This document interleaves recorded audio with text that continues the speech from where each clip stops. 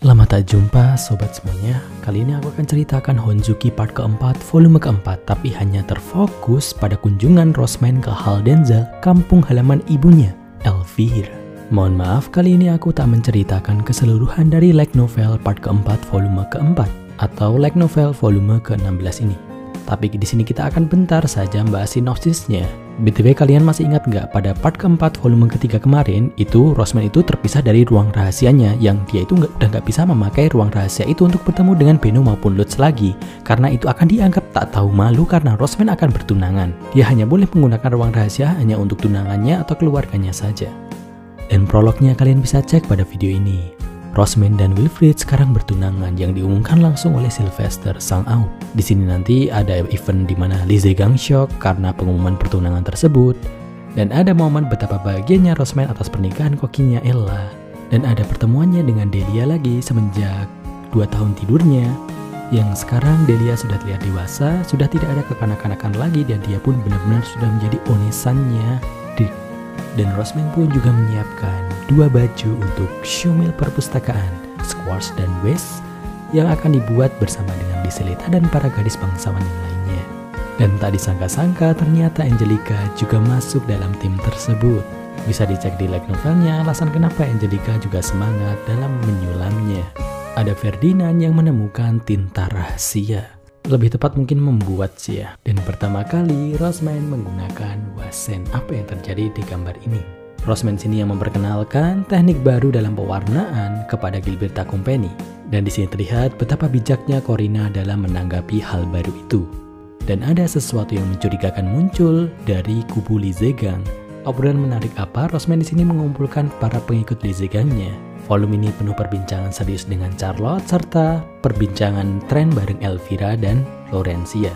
Berikutnya ada rencana renovasi kota atau nyebutnya Enwicklon. Susah bacanya ya.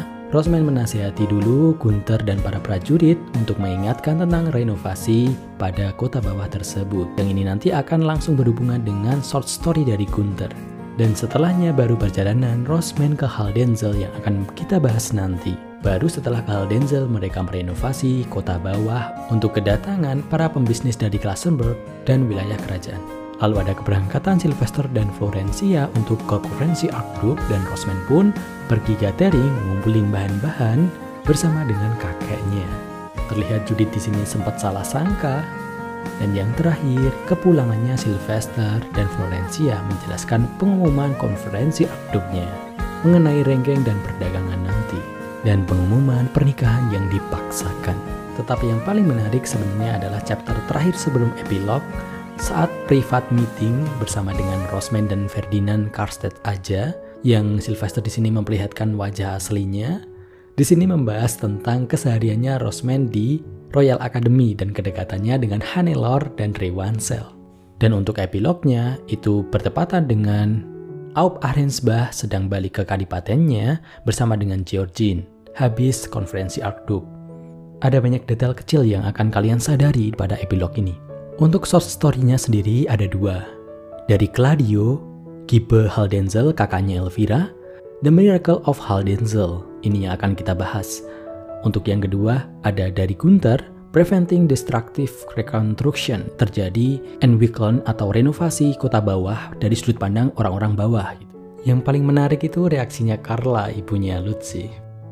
Bahasan utama hari ini, Rosman yang berkunjung ke Hall Denzel, yang disebut sebagai kota yang paling lama musim dinginnya dibanding dengan yang lainnya.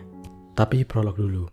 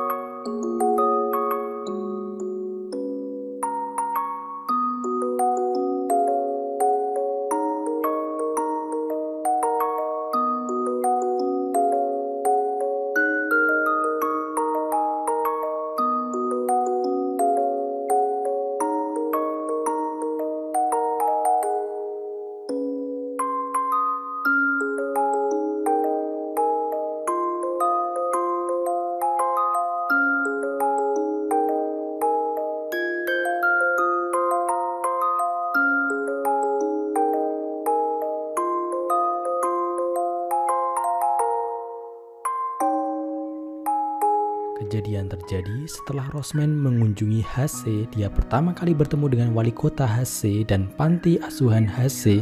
Dan dia juga ngobrol sama Gunther di HC, mengobrolkan tentang renovasi kota nanti. Baru setelah itulah Rosman di sini mengunjungi Haldensel. Pada perjalanan kali ini, Ferdinand tidak mengikutinya. Rosman berangkat bersama dengan Wilfried, Charlotte, dan Elvira, serta Karstedt. Mereka di sini sebagai walinya Rosman.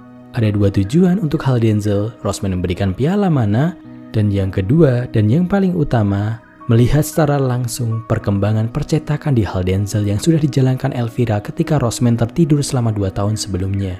Rosman di sini sebenarnya diminta untuk membawa 3 pengikut dewasanya, 1 kesatria, notulennya, dan pelayannya. Dan ketiganya itu harus segender dengan majikannya. Tapi karena pengikutnya Rosman itu sangat sedikit, Rosman hanya bisa membawa Angelica, Liseleta, dan Philin. Road to Haldensel. Haldensel pun terlihat setelah melewati hutan lebat. Di sana itu ada banyak sekali pohon-pohon yang masih tertimbun dengan salju. Haldensel, kota dengan musim dingin terlama daripada kota-kota yang lainnya. Rosman melihat sebuah bangunan seperti kastil dan ada sebuah pondok di mana para penduduk tinggal di sana. Para bangsawan sudah siap untuk menyambut. Gibbe Haldensel mulai menyapa pertama dan dijawab oleh Elvira di sini yang mewakili mereka. Rosman yang memberikan piala kepada Gibbe Haldensel selesailah tugasnya sebagai uskup agung. Gibbe Haldensel langsung ngajak mereka nyantai di suatu ruangan menikmati teh mereka. Teh yang terasa hangat dan terasa lebih manis dibandingkan teh yang selama ini dia rasakan benar-benar menghangatkan tubuh dan jiwanya. Mereka di sini dipandu ke bengkel percetakan dan ruang penempaan pembuatan alat cetaknya yang nanti akan dicek sama Johann. Sarjana Haldensel melakukan ini untuk membiarkan Wilfried dan Charlotte agar bisa melihat sendiri pekerjaan di Haldensel ini. Dan Rosman nanti akan memenuhi tanda tangan kontrak baru dengan perusahaan Plantin di mana sudah tidak melibatkan Lutz dan Main lagi, tetapi langsung penanggung jawabnya di sini Rosman dan akan langsung dihubungkan dengan bangsawan yang akan membuat percetakan nanti. Wilfried dan Charlotte di sini bukan tamasya. Mereka di sini tuh sebagai penanggung jawab bisnis utama Ehrenfest nanti yang membuat mereka sedikit tegang. Pondoknya para rakyat jelata di Haldensel berada di lantai paling bawah dan di sini tuh luas banget sampai terlihat seperti kota kecil juga. Musim dinginnya Haldensel kan lama banget. Kita mungkin asumsikan bahwa di tempat lain itu udah semi, maka di sini itu masih musim dingin gitu. Baru ketika yang lain musim panas, baru musim semi di Haldensel. Jadi warga Haldensel itu memang biasa hidup di pondok ini gitu. Jadi mereka itu sangat kesulitan ketika pajaknya itu ditinggikan. Karena hasil panen mereka itu lebih terbatas dibandingkan kota yang lainnya. Jadi warga Haldensel bersyukur banget sekalipun musim dingin mereka masih bisa menghasilkan sesuatu. Apalagi bisnis percetakan ini dicetuskan oleh anak dari adiknya Gibbe Haldensel. Mereka punya penghasilan ketika mereka panennya itu sangat terbatas dan gak bisa ke hutan lebih lama daripada kota yang lainnya. Mereka melewati lorong, tiba-tiba terdengar sesuatu yang keras berdentuman. Para kesatria pelindung langsung siaga. Gibbe Haldensel hanya tersenyum. Kalau itu hanyalah sebuah alat cetak saja. Suaranya memang keras. Mereka di sini tuh mempunyai 3 ya. Yang dijalankan sekarang hanya 1 aja. Kalau ketiganya ini dijalankan makin keras lagi. Nah, ketiga ini, yang satu itu yang buat Ingo Gattenberg ya. Yang kedua itu atas instruksi Ingo. Dan yang ketiga itu Haldensel murni buatan sendiri gitu. Ketika masuk terlihat para laki-laki yang kelihatan gagah-gagah itu mulai menjalankan alat cetak itu. Untuk percetakannya itu hampir sama dengan animenya, jadi kalian bisa bayangkan sendiri. Para sarjana itu mulai menjelaskan apa sih yang dilakukan para pekerja di sini saat percetakan gitu. Tapi Rosman kan udah tahu gitu. Dia lebih tertarik dengan apakah Haldensel itu mempunyai budaya sendiri ya. Para laki-laki di sini itu kan pada perkasa semuanya. Rosman di sini pun pengen tanya gitu, apakah mereka punya budaya untuk berburu gitu. Gibbe Haldensel menjawabnya dengan bangga. Orang-orang di Haldensel itu memang sudah terbiasa dengan berburu. Kita tahu sendiri bahwa kebanyakan monster musim dingin itu munculnya di Haldensel. Jadi di sini itu kayak tempatnya para monster. Dan ketika monster-monster kecil ini dibunuh, maka itu juga akan mengurangi kekuatan monster penguasa musim dingin nanti. Jadi Haldensel ini memunculkan banyak sekali kesatria. Salah satunya adalah kesatrianya Charlotte Ernesta. Gibbe Haldensel nambahin lagi kalau mereka di sini itu bukan hanya sekedar melemahkan monster musim dingin saja, tetapi juga melindungi panen mereka. Bahkan orang-orang Haldensel ini ada kelompok-kelompok yang bertugas untuk membunuh para monster dengan berkeliling di Haldensel dan membasmi para monster yang kelihatannya akan berbahaya untuk pertanian nanti. Biasanya akan dimulai setelah Spring Prayer itu berakhir. Jika sampai para monster di sini mulai menyerang pertandingan Haldenzel dan itu akan mengurangi panen mereka, maka bisa-bisa rakyat Haldenzel itu akan kelaparan. Setelahnya barulah ke bengkel penempaan. Di sini akan dicek hasil dari pandai besi Haldenzel membuat alat ketiknya. Hening, saatnya di sini tugasnya Johan untuk menilainya. Oke, yang ini lulus, yang ini tidak lulus. Dia memisahkan dua logam jenis hurufnya. Johan mendesah karena merasa pekerjaannya telah selesai, tapi bapak-bapaknya di sini nggak terima. Mulailah cekcok antara Johan dan para penempah Haldenzel. Johan di sini selalu jawab kalau logam yang nggak lulus ini itu nggak sesuai dengan sketsa rancangannya. Tapi bagi para pembuatnya semuanya itu sama saja. Johan itu ngomongnya minimalis banget, tidak menjelaskan lebih lanjut detailnya. Nuansanya udah gawat, serasa udah ngajak berantem Johan ya. Yang jelas Johan langsung kalah jika berantem ya. Rosman pun akhirnya harus menengahinya. Dia mulai memperhatikannya dan dia pun akhirnya paham. Tetapi Wilfried di sini tuh nggak paham apa sih Rosman ini bedanya gitu. Menurut dia juga semuanya itu logamnya sama aja gitu. Rosman pun akhirnya mendekatkan logam yang nggak lulus dan yang lulus. Ternyata itu beda gitu. Beda tingginya berapa mili gitu. Tapi hal itu akan berbahaya untuk percetakan. Karena Rosman di sini posisinya sebagai bangsawan, tentu saja para penempat sudah tak akan ngomel lagi. Apalagi Rosman juga menjelaskannya dengan jelas sekali. Yang membuat Johan ini syok sendiri. Dia kira orang-orang itu paham dengan sketsa rancangannya. Ternyata hanya Johan lah yang bisa paham dan hanya Rosman lah yang memberikan sketsa rancangan sedetail itu. Baru setelah itulah para sarjana di sini itu beraksi, membahas kontrak baru bisnis percetakan. Dan di sini waktunya beraksi juga cendekia atau sarjananya Wilfried dan Charlotte. Setelahnya mereka pun kembali ke distrik bagian bangsawan. Rosman di sini dipersilahkan oleh istrinya Gibbe Haldenzel. Acara berikutnya yang sudah dinantikan Rosman adalah doa musim semi dengan para bangsawan malam ini. Adalah pertama kalinya Rosman di sini akan ikut, jadi itu agak menggelitik rasa ingin tahunya Rosman. Oke, Rosman di sini nyantai dulu bareng Liseleta, Philin, dan Angelica. Liseleta, sang pelayan teladannya Rosman, ternyata sudah bertanya kepada istrinya Gibbe Haldenzel ternyata acaranya habis makan malam atau bel ke-6 nanti. Karena Rosman di sini nanti sebagai uskup agung, dia memakai baju putihnya. Liseleta dengan lihainya selesai mendandaninya. Mereka pun berangkat ke ruang makan. Ternyata Rosman di sini datang terakhir. Gibbe Haldenzel langsung berdiri dan memandu istrinya. Dia menuju sebuah aula yang sangat besar ya. Bahkan itu pantas untuk disebut sebagai plaza gitu ya.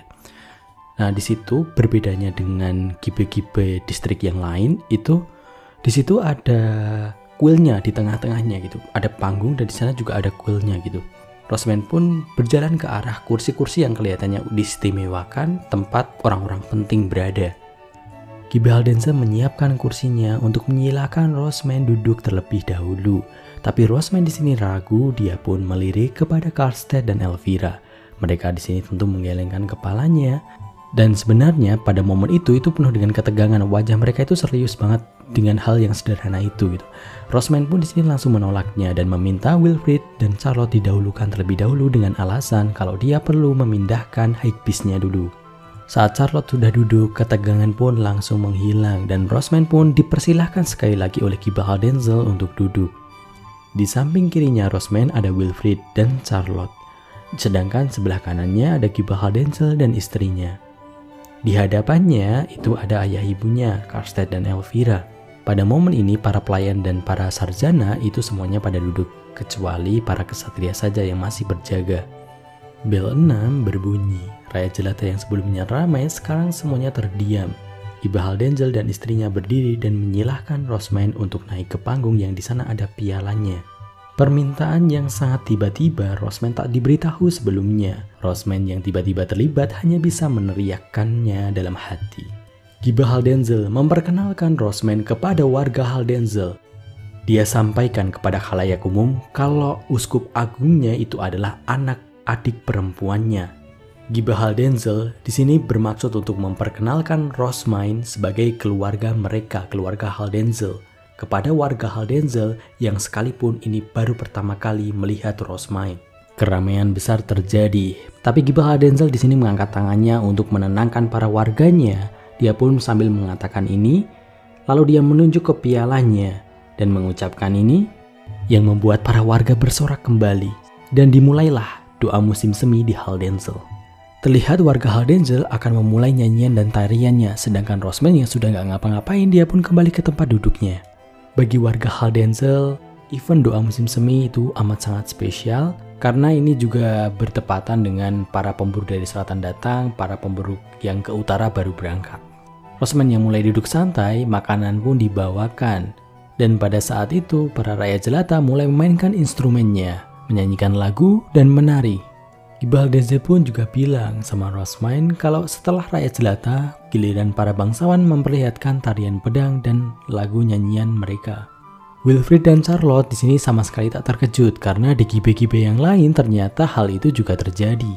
Hanya Rosman di sini yang terpaku. Dia itu nggak tahu kalau ada kegiatan seperti itu. Dia selama ini pada saat event doa musim semi nggak pernah kayak gitu. Terus dia ingat-ingat terus.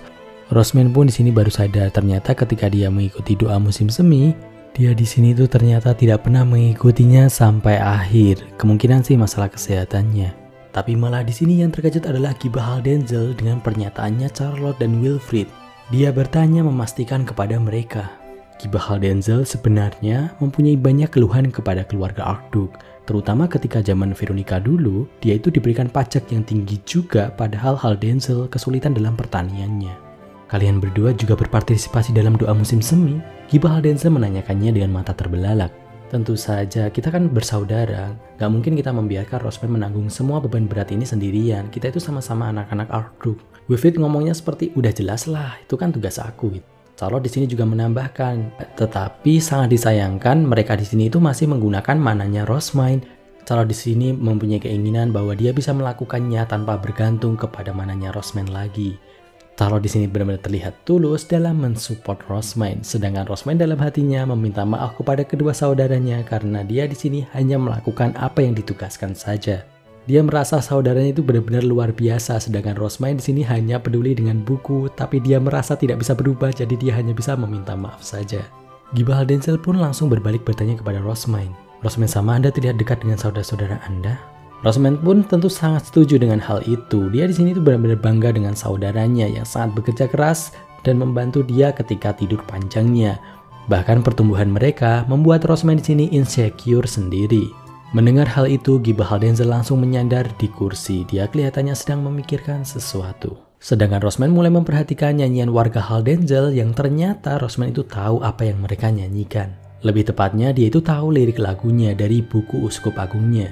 Itu adalah lagu yang menceritakan bahwa hanya Gedulhed sedang meminta bantuan kepada Flutren dan Hikari no Megami untuk bisa melepaskan dari kekuatan si lelaki cemburuan, Evilip. Rosman memang tahu kata-kata itu dari buku, tapi ini pertama kalinya bagi Rosman mendengar kata-kata itu dinyanyikan. Karena kata-katanya sederhana dan selalu diulang-ulang, Rosman pun tanpa sadar menyenandungkannya juga. Tetapi Rosman langsung berhenti, dia khawatir tiba-tiba akan muncul berkah yang tidak dia kira. Sayangnya Giba Haldensel di sini memperhatikan saat Rosman bersenandung dan dia pun mengatakannya dengan bangga kalau lagu ini adalah lagu saat Haldensel merayakan musim baru dan juga memulai perburuan ke utara nanti. Jadi warga Haldensel di sini juga melepas semua perasaannya. Rosman bingung, bukankah lagu ini itu agar salju itu mencair karena sang bawahannya Gedulhed meminta bantuan ke Flutren kan? Rosman dengan polosnya memiringkan kepalanya ke satu sisi. Tatapan Giba Haldensel langsung berubah. Dia di sini bingung. Giba Haldensel hanya mendengar lagu ini di Haldensel saja, bahkan di Royal Academy maupun Ehrenfest selain Haldensel itu nggak ada yang tahu. Dia pun tanya dari mana Rosman bisa tahu. Rosman di sini cuma jawab, ini adalah pertama kalinya dia mendengar nyanyian itu, tetapi untuk liriknya sendiri tertulis pada buku Uskup Agungnya. Dan juga ada ilustrasinya yang menceritakan lirik tersebut saat Dewi bawahannya Gedulhed meminta bantuan ke Flutren. Di mana Dewi bawahannya Gedulhed di sini menyanyikan lagu di atas panggung, sama halnya panggungnya Haldensel bentuknya nanti melingkar. Giba Haldensel, Karlstedt dan Elvira hanya bisa berkedip terkejut. Sedangkan Rosman di sini cuma membatin, bukankah itu panggung buat persembahan memang? Kan pialanya juga ditaruh situ. Giba Haldensel langsung bertanya, maukah Anda bernyanyi bersama Rosman sama? Saya merasa musim semi akan datang lebih awal jika Saint Ehrenfest mempersembahkan doanya. Rosman di sini terkejut, tetapi wajah semua orang itu mengharapkan hal yang sama. Tapi Rosman di sini pun menolaknya karena dia tidak ingin melakukan sesuatu yang spesial. Rosman yang kebingungan apakah dia perlu mengirimkan orderan ke Ferdinand atau tidak, tiba-tiba Elvira langsung memotongnya. Elvira langsung menahan saudaranya, kasihan jika putrinya di sini itu menyanyikan lagu yang baru saja dia dengar. Elvira pun mengusulkan kenapa kok tidak wanita Haldenzel saja. Rosman di sini terasa lega dengan perkataan ibunya itu yang bisa diandalkan. Bagaimanapun juga Haldenzel adalah kampung halamannya. Para bangsawan pun langsung membalasnya. Kalau begitu, apakah Elvira sama juga akan menyanyikannya? Seorang bangsawan tua pun tiba-tiba langsung menambahkan bahwa ini adalah kesempatan langka bisa mendengarkan harsh spell-nya Elvira lagi. Wanita itu memandang Elvira dengan senyum geli. Elvira semenjak menikah dengan Karlstedt jarang sekali pulang ke Haldenzel yang membuat permainannya kali ini tuh benar-benar nostalgia. Giba Haldenzel di sini langsung menyeringai. Dia pun langsung bilang ke Elvira, "Itu ide bagus, Elvira, berarti kamu nanti harus naik panggung dengan wanita bangsawan yang lain." Elvira pun pasrah ya di sini ya. Dia yang mengusulkan maka dia harus mau juga. Sudah terputuskan bahwa nanti para wanita bangsawan akan mulai menyanyi di panggung. Biasanya ya, yang nyanyi itu hanyalah laki-laki saja. Tapi karena usulannya Rosman itu, para wanita bangsawan nanti akan menyanyi juga di panggung dengan berbentuk silinder. Para wanita bangsawan ini adalah pertama kalinya mereka menyanyi bersama di panggung. Tetapi karena mereka terbiasa melihat para laki-laki menyanyikannya, tentu mereka juga hafal. Makin lama makin ramai, apalagi ketika mereka tahu Elvira di sini akan memainkan hardspell dan menyanyi bersama. Sedangkan Rosmain di sini tuh khawatir, "Ayah, aku tak bermaksud agar ibu itu..." Bukannya cemas, tetapi Karlstedt di sini malah senyum. "Jangan khawatir Rosmain, Elvira di sini ahli kok." Dengan tatapan prihatin, apakah ayah di sini itu menggunakan kesempatan ini untuk membual tentang istrinya? Mendengarnya, Lamprecht di sini tuh nggak bisa menahan tawanya dan bangsawan yang lain menutup mulutnya dengan tatapan menggoda pada Karlstedt. Elvira juga tanya, beneran Karlstedt di sini itu memujinya? Elvira di sini berekspresi jauh lebih menggoda daripada sebelum-sebelumnya. Karlstedt di sini menarik napas dan melihat sekelilingnya langsung terbatuk-batuk. "Rosman, perkataan seperti itu harus kau simpan sendiri, oke?"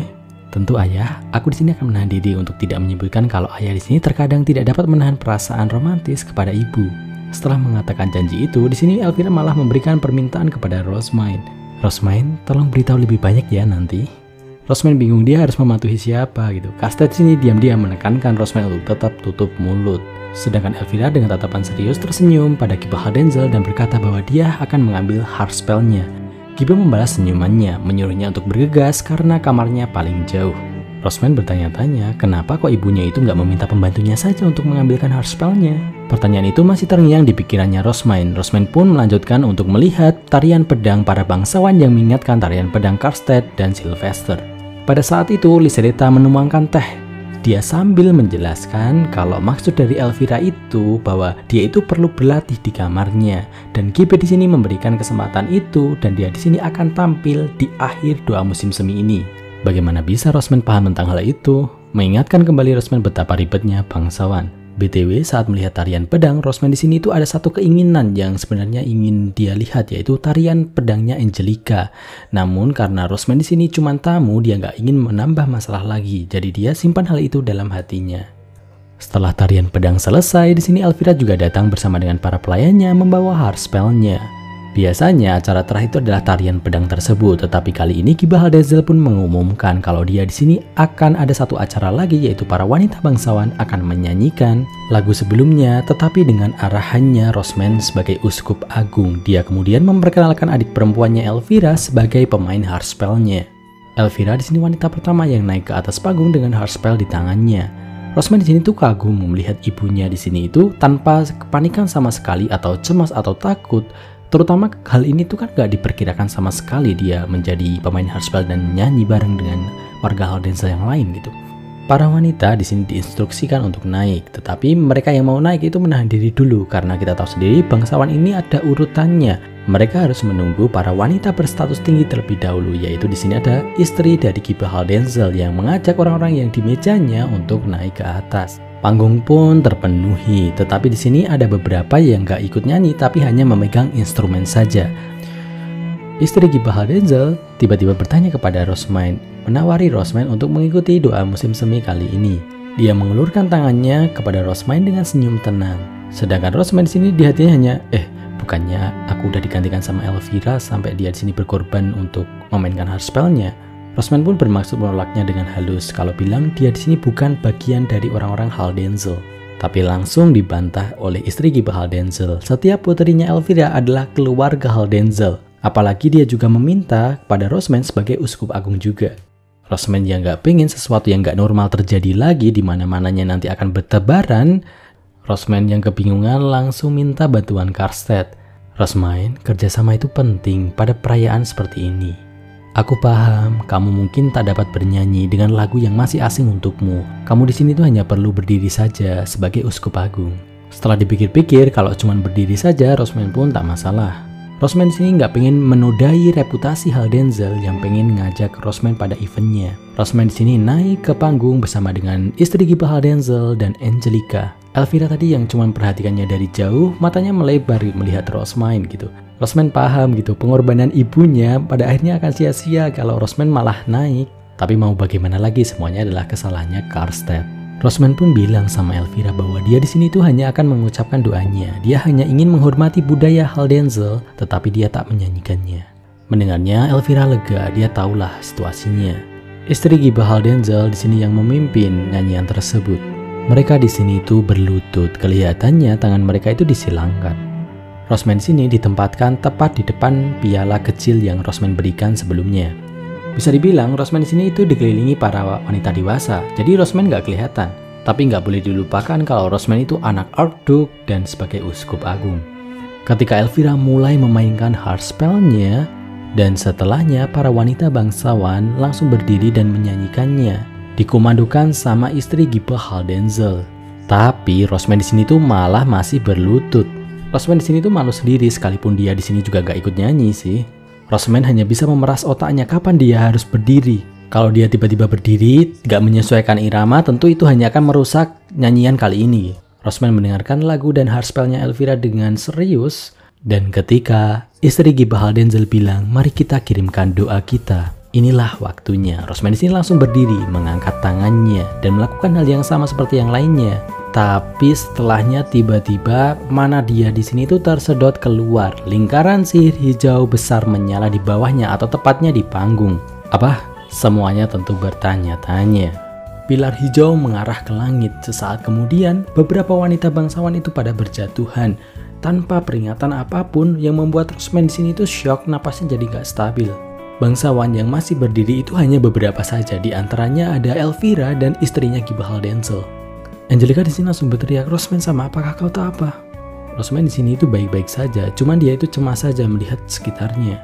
Karstedt di sini juga langsung mendekati Rosman dan menanyakan kondisinya juga. Rosman di sini tuh nggak merasakan apa-apa sama sekali. Karstedt curiga bahwa lingkaran sihir itulah yang membuat kondisi saat ini. Rosman tentu juga sangat setuju dengan hal itu. Terlihat Elvira mendatangi Rosman juga, cemas. Karstedt tanya, Elvira, apakah kau baik-baik saja? Elvira tak apa di sini, tapi dia di sini tahu kalau para bangsawan lain Nobel itu nggak kuat menahan beban diserap mananya sebanyak itu.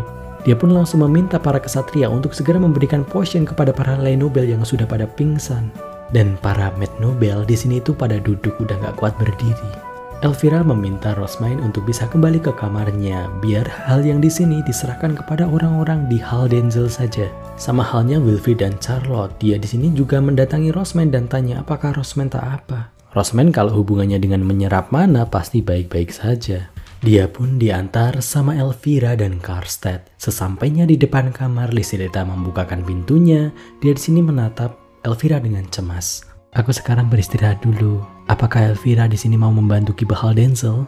Memang Elvira di sini akan membantu Giba Haldenzel sebisa mungkin. Rosman meminta kepada Elvira sebelum dia membantu Giba Haldenzel tolong minum potionnya dulu. Rosman tahu sekalipun dia di sini kelihatan sehat, tetapi mananya juga sudah diambil banyak. Elvira membalasnya dengan senyuman.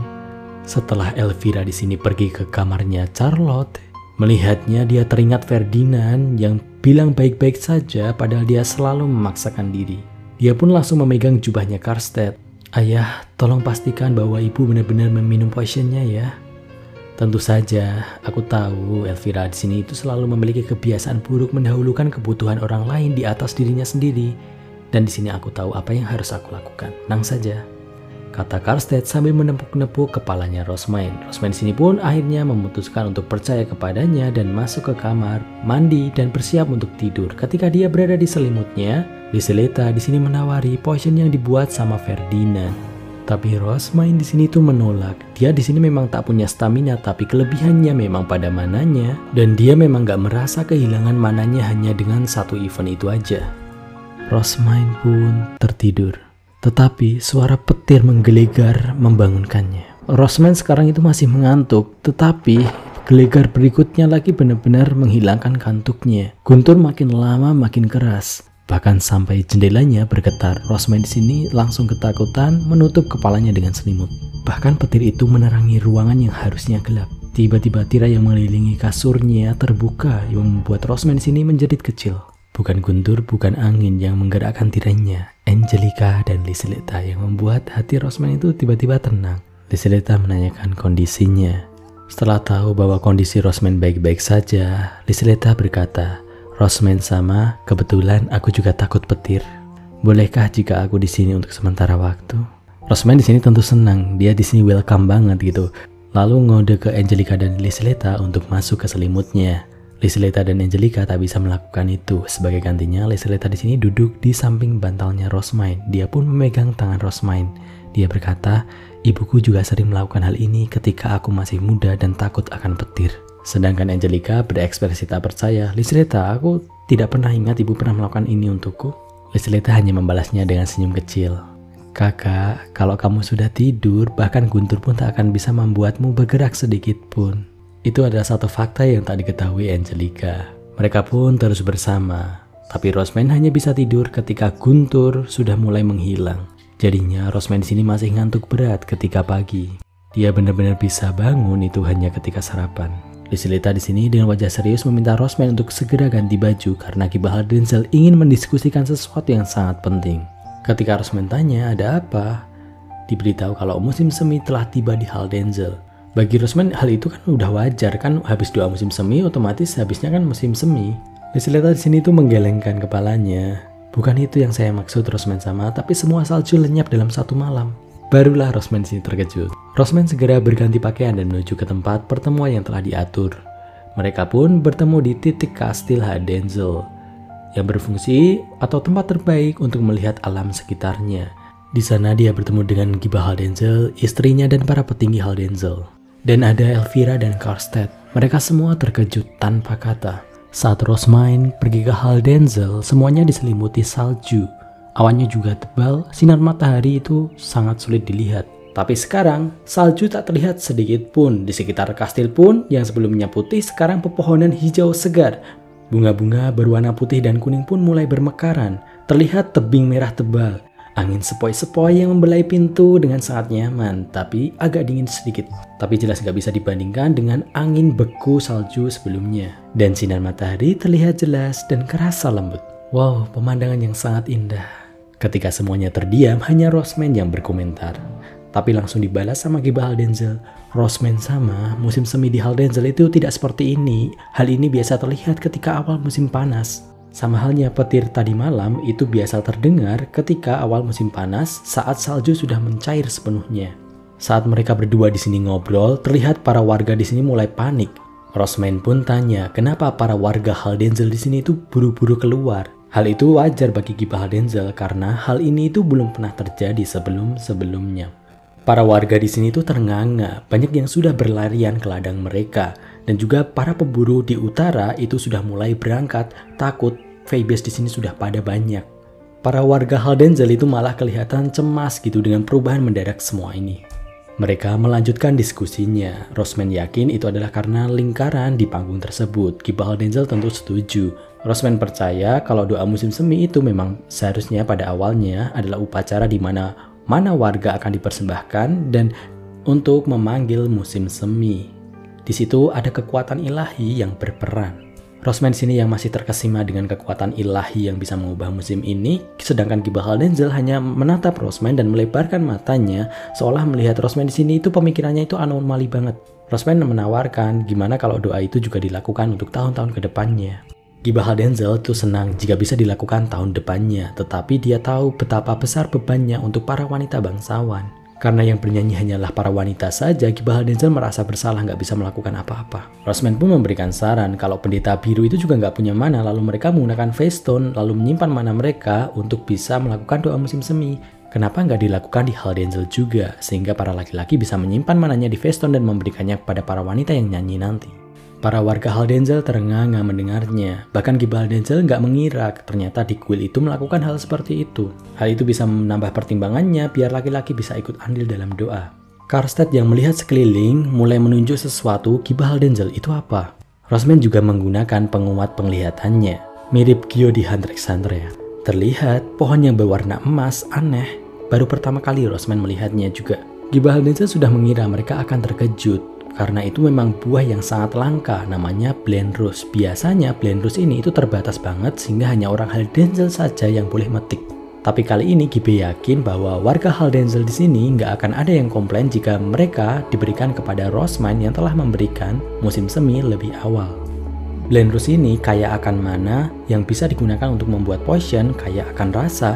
Buah ini sangat berharga, jadinya kalau dijual sangat mahal. Rosman pun mulai terpikirkan, kelihatannya tehnya Haldenzel itu beda dengan yang lain, kerasa lebih manis. Itu kemungkinan ada daun Blenrose-nya. Daunnya aja sensasi manis, apalagi buahnya. Rosman yang ingin tahu, dia langsung menerima tawaran tersebut. Oke, setelah ini kita akan berpindah dari sudut pandangnya Claudio Gibe Haldenzel. SS-nya, judulnya, keajaiban Haldenzel. Terpana aku melihat tanahku. Aku sudah menjadi Gibe bertahun-tahun, tapi ini adalah pertama kalinya bagiku untuk melihat pemandangan yang harusnya ada di musim panas terlihat sekarang, awal musim semi. Langit biru cerah, bunga bermekaran penuh warna. Disadarkan kembali diriku bahwa inilah musim semi Haldenzel yang sebenarnya, yang didapatkan melalui doa musim semi dengan cara yang sesuai dengan kitab. Setelah dengar lagu kami dalam merayakan kedatangan musim semi dan awal perburuan yang baru, Rosman sama di sini telah menyadari bahwa itu tertulis pada kitab Uskup Agungnya. Mendengarnya, aku di sini langsung meminta para wanita di sini untuk bernyanyi bersama. Tapi itu murni demi hiburan. Dan tak ada yang mengira hal sesederhana itu dibarengi dengan Rosman sama di sini mengangkat tangannya di atas panggung dan mengucapkan doa, menyebabkan kejadian ini. Lingkaran itu naik ke atas dan tiba-tiba tersedot dalam cawan yang membentuk pilar hijau tinggi ke langit. Sesaat kemudian wanita lain Nobel di atas panggung berguguran dan doa musim semi jatuh ke dalam kekacauan. Dan di sini para orang-orang penting itu berkumpul bersamaku untuk membahas apa yang terjadi. Tapi tentu mereka pada gak tahu karena di sini adalah pertama kalinya mereka merasakan hal itu. Dan pada malam itu badai petir datang. Dan Haldenzel yang sebelumnya tertutupi dengan putih salju sekarang benar-benar seperti di awal musim panas. Tetapi timbul kekhawatiran yang lain. Salju sudah tak terlihat. Para Phoebes kemungkinan besar akan aktif sekarang. Aku di sini menaiki Hypebeastku dan terbang, menatap semak-semak dan batu-batu besar, tempat Phoebes yang biasanya membuat sarang. Aku bersyukur salju mencair lebih awal. Tetapi cuaca yang ekstrim ini, kita perlu mengumpulkan informasi, terutama bagaimana perkembangan Phoebes yang tentu saja lebih cepat. Biasanya ya, aku di sini itu mencari bantuan para rakyat jelata yang ahli dalam berburu. Tetapi sekarang nggak ada waktu. Kita membutuhkan kesatria Hypebeast sebanyak mungkin. Tapi kalau kesatria Haldenzel saja tidak akan cukup. Untungnya sekarang kesatrianya Archduk menemani keluarga Archduk sekarang di Haldenzel. Dan aku pun meminta bantuan Karstedt sama, komandan kesatria, sekaligus suami dari adikku. Ini harusnya pertukaran yang adil, karena tidak dapat dihindari. Pasti Archduk dan para Gibe di sekitar sini pasti akan bertanya tentang insiden ini. Dan sekaligus melemahkan penguasa musim dingin yang akan datang berikutnya ketika Phoebes di sini itu dibunuh, karena kebanyakan Phoebes itu dikuatkan oleh para Phoebes di sini. Jadi bisa dibilang itu juga tugas mereka, para kesatria pusat. Karstedt di sini menerima permintaan itu dengan mudah, jadi kami membagi pekerjaan. Kita tidak ingin Ordo Kesatria menjarah bahan-bahan berharga di Haldenzel dan membuat masalah dengan rakyat jelata. Jadi kami pun meminta mereka untuk ke utara dan Kesatria Haldenzel ke selatan. Kiverdex, Phoebes muncul. Phoebes ini nggak terlalu kuat, tapi dia itu berkelompok dan juga bertelur dengan cepatnya. Tapi jika dibiarkan, Phoebes ini akan menyerang ladang-ladang. Dan jika itu terjadi, para warga akan kelaparan ketika musim dingin nanti. Dan hasil panennya juga akan berkurang sehingga bayar pajaknya juga kesulitan. Dengan sigap para kesatria pun langsung memburunya sampai di perbatasan Haldenzel dan Klassenburg yang terlihat. Batas antara Klassenburg dan Haldenzel itu biasanya nggak terlihat kecuali jika kita menyentuhnya. Tetapi kali ini tuh benar-benar ada perbedaan jelas. Wilayah Haldenzel sudah terlihat hijau subur, sedangkan Klassenburg di sini tertutupi salju tebal. Aku hanya bisa takjub melihatnya dengan kekuatan yang sangat mustahil jika dia tidak melihatnya secara langsung. Dalam hati, Claudio di sini itu sudah biasa mengucapkan doa, tetapi baru kali ini dia merasakan efek dari doa yang telah dia ucapkan. Biasanya dia hanya formalitas aja, tetapi kali ini dia merasakan efeknya secara langsung yang benar-benar membuatnya terkejut dan tak habis pikir itu akan bisa menjangkau bahkan sampai perbatasan Haldenzel-Karstenberg. Di dekat gerbang perbatasan ini, Karstedt sama dan para kesatria pun mulai makan dan nyantai.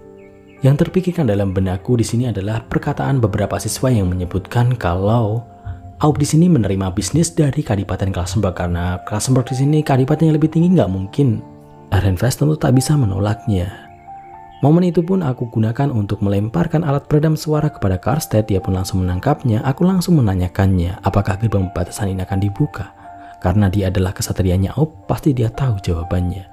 Dengan melalui gerbang tersebut, rencananya memang kami akan membuka secepatnya. Begitu pedagang mulai datang kemari. Haldenzel juga akan mendapatkan keuntungan dengan itu kan? Mendengar perkataannya itu membuatku mengerutkan alis. Kedengarannya seolah-olah kita di sini tuh harus berterima kasih terhadap hal itu. Padahal resiko yang dia tanggung itu lebih besar.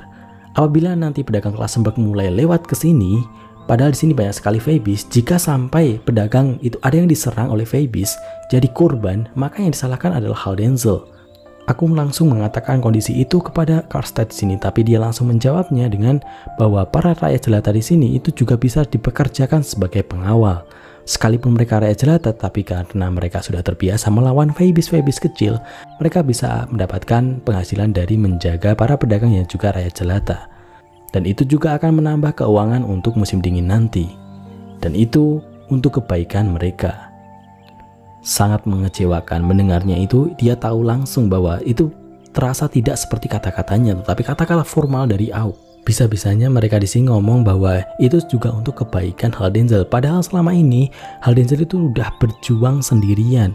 Bagaimana bisa Karstedt dan Aup berpikir seperti itu? Dia mengira mereka di sini mengirim Roseman karena ingin meringankan Haldenzel. Ternyata perasaannya Haldenzel ini tak tersampaikan. Tak ada simpatik sama sekali dari Karstedt sebagai istrinya Elvira.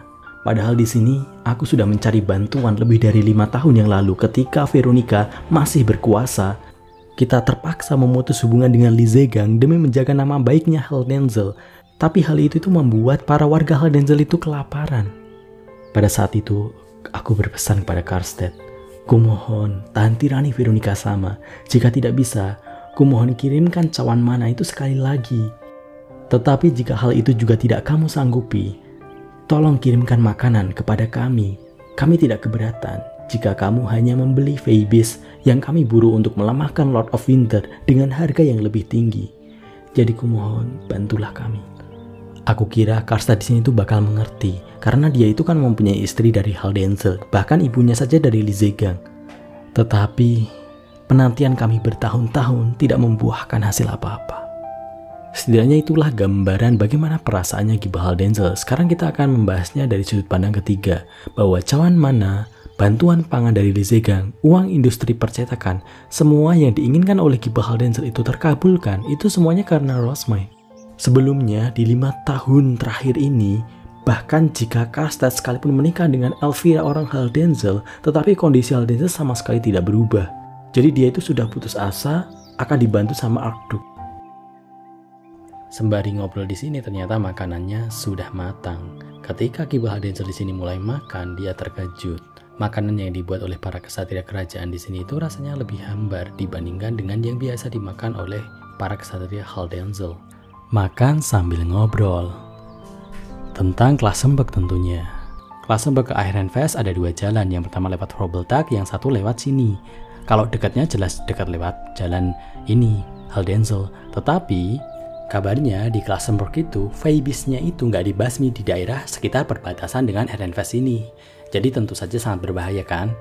Perkiraannya Karstedt dalam 5 tahun, Ehrenfest baru bisa membangun sekitar daerah sini agar bisa dilewati oleh para pedagang dengan aman. Claudio yang mendengarnya itu tidak berbagi keoptimisan itu. Dia di sini tuh pesimis banget. Apakah 5 tahun itu akan cukup? Karena banyak sekali faktor yang nggak diketahui. Ritual ini aja itu hal baru untuk mereka gitu. Dan akan ada banyak faktor-faktor yang tidak diketahui. Dan untuk meneliti itu semuanya, 5 tahun itu nggak cukup bagi mereka. Apalagi ritual ini itu hanya diketahui oleh warga Haldensel pas zaman Ancient Rage 200 tahun yang lalu. Nenek moyangnya Haldensel, kon barunya Haldensel itu ingin menjauhkan diri dari Ancient Rage karena telah membangkang keluarga kerajaan. Jadi semua dokumen yang berhubungan dengan Ancient Rage itu dihapuskan. Jadi ritual ini juga nggak ada di dalam Haldensel. Jadi Claudio sekalian minta bantuan Karstedt untuk bilang ke Aub agar mencarikan dokumen tentang Ancient Rage, siapa tahu ada ritual tentang ini. Di sini Claudio itu penuh dengan kekhawatiran, dia itu nggak tahu apakah ada efek negatif dari ritual ini. Karstedt sih mengokekan aja gitu, dia akan sampaikan ke Aub, tetapi kenapa kok nggak tanya ke Quill aja? Ya dia tentu saja Claudio udah tanya sama Rosman, hanya saja Rosman di sini itu hanya tahu lirik sama gambaran dari ritual tersebut, tapi dia nggak tahu rinciannya.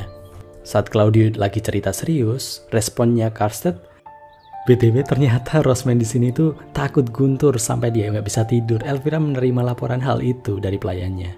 Karstedt mengatakannya dengan ketawa sambil dia meminta untuk merahasiakan ini untuk menjaga kehormatannya Rosman sama. Kalau orang lain yang dengar itu akan menjadi hal biasa seorang ayah menceritakan kelucuan putrinya. Tetapi hal itu menjadi hal yang paling aneh untuk Claudio yang dia menjadi seorang ayah yang membanggakan putrinya. Sejak kapan Karstedt di sini tuh berubah?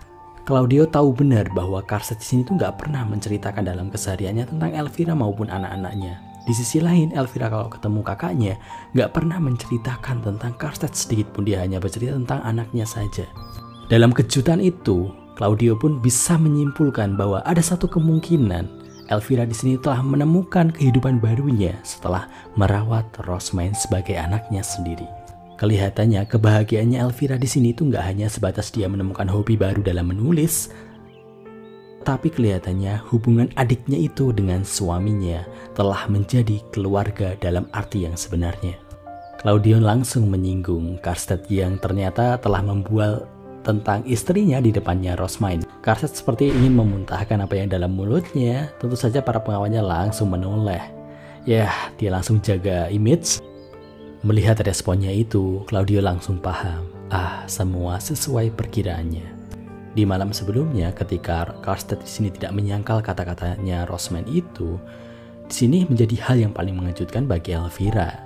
Ya, sekalipun kelihatannya Elvira kayak dengan ekspresi menggoda, tetapi Claudio tahu sebagai kakak kalau Elvira di sini tuh berkedip lebih cepat daripada biasanya, yang berarti hatinya memang berdegup lebih kencang. Karena dia nggak bisa menahan diri dengan topik seperti itu, dia langsung manggil Claudio sama. Claudio terkejut di sini ketika Karstedt memanggilnya dengan namanya. Karena biasanya Karstedt itu berbicara sebagai kesatrianya Aub, tetapi kali ini dia berbicara sebagai Karstedt saja. Hal ini membuat Claudio pengen ngomong bahwa ini adalah momen langka di mana mereka tidak terbebani oleh posisi mereka masing-masing.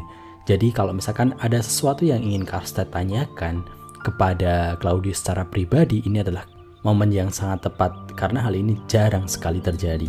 Karstedt langsung berubah ekspresinya, dia dengan serius bertanya bagaimana pendapatnya tentang pertunangannya Rosman.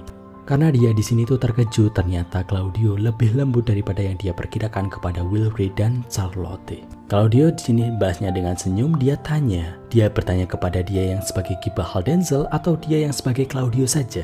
Karstedt sadar bahwa ini bisa jadi menjadi momen terakhir dia ngomong santai, dia pun bertanya menurut pendapat keduanya. Dan gak perlu Claudio untuk sungkan sama sekali, dia harus mengatakan apa yang sebenarnya dia rasakan. Dia di sini yang sebagai Kiba Haldensel tentu saja akan menilai secara objektif bahwa orang yang paling unggul lah yang harusnya menjadi Aub berikutnya. Tentu Rosman lah yang pantas. Rosman di sini sudah menunjukkan kalau dia bisa ranking paralel di Royal Academy. Kesibukannya sebagai uskup agung yang menunjukkan kalau dia itu sudah bisa dikasih tanggung jawab yang sangat besar, lalu memimpin industri yang paling menguntungkan di Ehrenfest. Dalam hati Claudio tahu bahwa Rosman ini di atas Charlotte dan Wilfried bisa dibuktikan dengan kapasitas mana, di mana Wilfried dan Charlotte itu menggunakan face stone yang berisi mananya Rosman. Jadi dia di sini tuh sangat kecewa akan pertunangan tersebut, di mana itu akan menghapus jalan Rosman untuk menjadi Aub berikutnya. Dan dia yakin bahwa semua Lizigang akan berpikiran seperti itu. Mendengarnya, Karstedt di sini tuh bereaksi kayak nggak setuju dengan pendapat bahwa Rosman adalah orang yang paling pantas. Tapi Claudio di sini tuh tahu kenapa Rosman ini akan berbahaya jika menjadi Aub. Dia langsung ngomong belak-belakan kalau dia itu tahu Rosman bukanlah putri dari Elvira. Apalagi ketika dia menerima berita kalau Elvira itu mau mengesahkan seorang putri, dia itu langsung marah, dikira Karstedt ini telah melakukan sesuatu yang gak sepantasnya. Dalam hati dia berpikiran, bisa jadi itu anaknya istri ketiganya Karstedt. Sekalipun dia di sini itu gak yakin juga. Karena hal itu, dia di sini tahu betapa berbahayanya ketika Aub itu tidak mempunyai ikatan darah dengan ibunya. Meski begitu, dia di sini itu akan setuju dengan Li Zegang apabila Rosman itu sehat. Tapi sayangnya Rosman di sini itu mempunyai fisik yang sangat lemah, bahkan diragukan apakah dia bisa mempunyai keturunan atau anak kandung. Apabila hal itu terjadi, maka yang biasanya menjadi Archdruid berikutnya itu adalah adiknya yang biasanya dari ibu yang sama. Dan apabila ternyata Rosman di sini diketahui bukanlah anak kandungnya Elvira, maka timbul masalah lagi. Belum lagi apabila Rosman di sini itu menjadi Aub, dengan pikiran bahwa Rosman di sini sebagai anaknya Elvira dan memiliki darahnya Bonifatius, maka Li Zegang tentu saja akan berkuasa dan lebih memilih pasangannya Rosman itu adalah Ferdinand. Dan apabila di sini Rosman menikah dengan Ferdinand dan apabila mereka tidak mempunyai keturunan, itu akan menjadi peperangan besar. Rosman yang tidak mempunyai darahnya Elvira, Ferdinand yang dari anak selir, sangat berpotensi menghancurkan Ehrenfest dari dalam. Dengan semua pendapatnya itu, dia di sini yang sebagai Gibah Haldenzil mengakui memang akan lebih baik jika Wilfried yang menjadi Aub dan Rosman yang menjadi istri pertama. Karstedt pun menanyakan bagaimana pendapatnya pribadi sebagai Claudio. Claudio di sini menyerahkan semuanya kepada Rosman. Asalkan itu keinginannya untuk menjadi Archdruid, maka dia akan mendukungnya. Jika tidak, dia tak akan memaksanya. Dia juga sudah memastikan sendiri bertanya langsung kepada Rosman tentang hubungannya dengan Wilfried dan Charlotte. Dan terlihat Rosman di sini itu menghormati Wilfried dan Charlotte, menghargai pendapat mereka. Dia di sini paham nodanya Wilfried mungkin sangat sulit untuk dihilangkan, tapi tergantung perjuangan dia. Dan yang terakhir di sini Claudio berkata bahwa Rosman itu mempunyai sifat yang agak nggak biasa, yang dia sebut sebagai sifat yang luar biasa karena dia mempunyai pengetahuan yang unik. Claudio di sini menotis kalau Rosman di sini itu luar biasa, salah satunya karena dia punya pola pikir yang berbeda daripada bangsawan pada umumnya. Menurutnya di sini memang Wilfried memungkinkan untuk menjadi Aub ketika menjadi pasangannya Rosman untuk kedepannya. Hanya saja di sini kemampuan Wilfried dalam memanfaatkan pengetahuannya Rosman juga sangat dibutuhkan. Dia di sini itu memberikan peringatan kepada Karstedt, apapun pendapatnya, di sini Li Zegang nggak akan mungkin setuju ketika Rosman akan dinikahkan dengan Wilfried. Dia di sini menyarankan kenapa kok Karstedt nggak menggunakan nama keluarganya saja untuk mendekati Li Zegang sekarang. Siapa tahu bisa menahan mereka. Di sini Karstedt dengan tegas bahwa dia di sini itu sebagai komandan kesatria. Tugasnya di sini melindungi Archdruid, bukannya berurusan dengan politik. Dan juga dia sebagai ayahnya Rosman tahu bahwa jika mendekati Li Zegang sekarang akan berbahaya untuknya. Claudio sangat menyayangkan hal itu karena dengan begitu bahwa di sini Elvira lah yang akan menghadapi Li Zegang sendirian. Karena Karstedt di sini itu hanya akan menjadi seorang kesatria, tidak sebagai kepala keluarga. Karstedt merespon kalau Elvira di sini itu pasti tahu bahwa dia di sini sebagai kesatrianya Aub. Dia mengakui betapa luar biasanya Elvira dan karena itulah dia itu memang pantas untuk menjadi istri komandan kesatria. Dia itu sebenarnya sadarnya itu baru-baru ini. Dia baru sadar ketika Rosman yang memperlihatkannya. Claudio di sini tuh langsung peka. Oh, karena itulah di sini Karstedt membual tentang istrinya di depan Rosman. Karstedt di sini tuh salting sendiri dan Claudio di sini tuh tertawa kecil. Di hatinya dia itu benar-benar senang. Ternyata pernikahan adiknya di sini itu benar-benar bisa berkembang sampai sangat mengharukan, sampai bisa menyentuh hatinya. Sehabis makan, di sini Claudio mengambil buah spesialnya Haldenzil, Blenreux. Blenreux, buah yang sangat langka yang hanya ada di Haldenzil, sampai-sampai Haldenzil membuat peraturan jika ada orang selain warga Haldenzil yang mengambil buah itu, maka mereka boleh dibunuh. Claudio di sini berencana akan memberikannya kepada Rosman untuk menyatakan bahwa Haldenzil berhutang budi kepadanya dan kepada Wilfried dan Charlotte juga untuk menunjukkan rasa hormat kepada keluarga Archdruid. Dan di sini dia itu mengajak Karstedt untuk berangkat bersama mengambil buah Blenreux tersebut. Karstedt kaget mendengar ajakannya Claudio. Berarti aku dianggap keluarga Haldenzil dong. Claudio dengan senyum, bukannya kamu itu adalah istrinya Elvira dan ayahnya Rosman sama? Selama ini Karstedt di sini tuh mengira bahwa Haldenzil tidak menganggap dia sebagai keluarga Haldenzil karena selama ini Haldenzil itu bersikap cukup apatis kepadanya.